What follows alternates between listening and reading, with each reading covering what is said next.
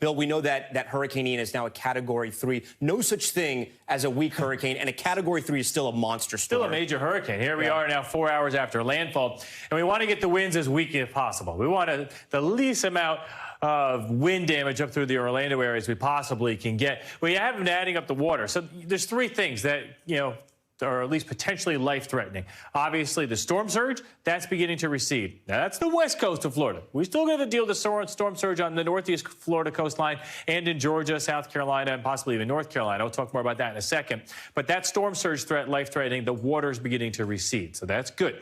The second thing is rainfall. Look at Punta Gorda, 17 inches of rain. Remember we said someone could get upwards of possibly 2 feet of rain? Well, now the Hurricane Center is saying maximum of 30 inches of rain is possible somewhere. So there's a lot of water everywhere, not just from the storm surge, but even from the fresh water. And some other rainfall totals, a little lower than that. Sanibel was almost about 7. Sarasota was about 5 to 6 inches. Still hefty rainfall totals, but not the 1 to 2 feet. So what are we going to deal with now? We'd like to get these winds a little bit weaker. We still have our extreme wind warning in effect. This is the equivalent of like a tornado warning, but for a huge, much larger area. And the worst of the winds are from Arcadia and heading up towards Sebring now. So we're moving the strongest winds inland, and we still have a nasty wind that's coming into the areas around Charlotte Harbor here. I mean, this area is just going to be brutalized. It already has been, and it just continues this evening.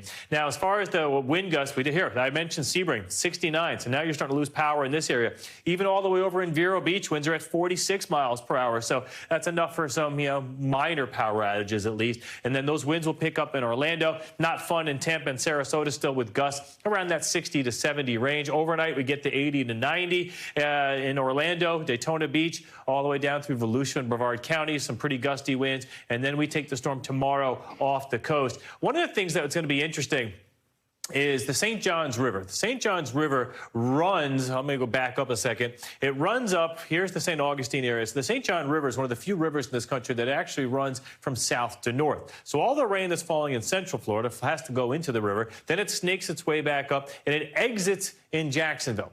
At the same time, all this heavy rain is, falling into the river system. The storm is going to come off the coast. The winds are going to push a storm surge to the river. So we're going to get the river flowing out. At the same time, the storm surge is flowing in.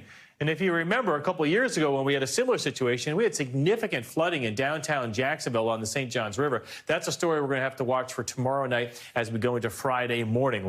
Even though it's only going to be a Category 1 or a tropical storm, that still could be a big issue. So that's one of the things that we'll watch in the days ahead. And then also, what intensity can this storm be at when it makes it up towards Savannah and Charleston, the Hilton Head area? Right now, Hurricane Center is saying 65 miles per hour winds. My rule of thumb is always expect one worse or maybe one lower. So that would be a Category 1. And that rule would have worked this time, right? We said 3 or 4, and it was almost a 5.